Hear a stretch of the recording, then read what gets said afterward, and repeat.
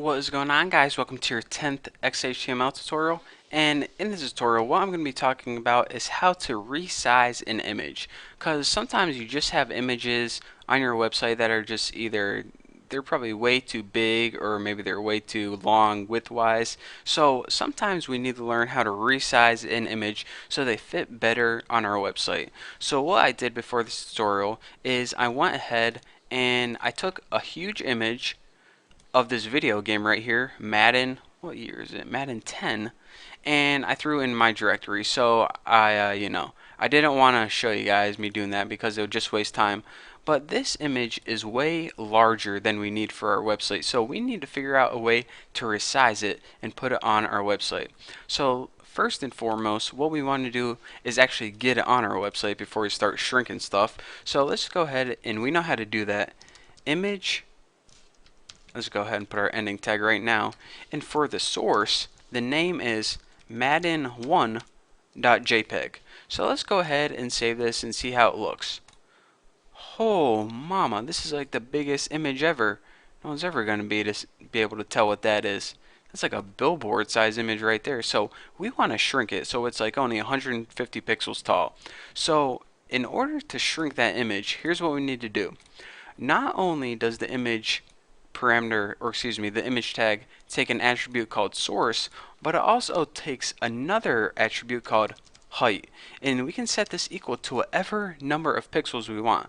I want my image to be 150 pixels tall, so for height, set it equal to 150. Now go ahead and save this. What the heck? Save this and refresh your screen. Gotta get all my S's in order and refresh it and see what we get. Yeah, that's a whole lot better than that big mumbo jumbo billboard poster we had on there earlier. So now we have a beautiful, small, 150 pixel tall Madden 10 image. So, if you're making a site like eBay or something, that might come in handy. So before I just let you guys go, I want to talk to you guys about a couple things. This is going to be useful information later on. Whenever you resize an image this way, it doesn't, make you might be thinking this, alright, I'll make all my images smaller, and that way my web page will load faster because the file size will be smaller. It doesn't work like that. What your browser is doing is it's loading that huge big image, downloading however many bits that is, and then it's shrinking it. So you're not loading a small image, you're loading the huge image, and you're just making it look smaller. So in that sense, your web page is not going to speed up at all. It has to download that huge image no matter what.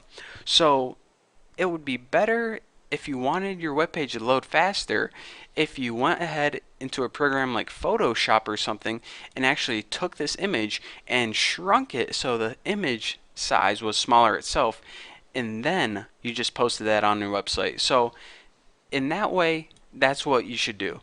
You shouldn't always, take huge images and just post them and resize them down like I showed you right here. What you should do, the preferred way, is go into an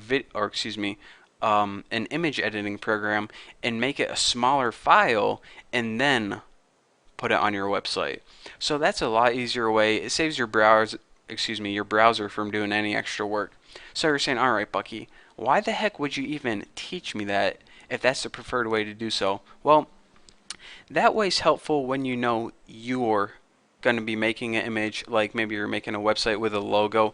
It's useful when you add images to the website. But what if you had a website like Amazon.com or eBay or even Facebook where you allowed users to upload images of any size and you shrunk them down to what you wanted them to be? Well, I think I just answered my own question.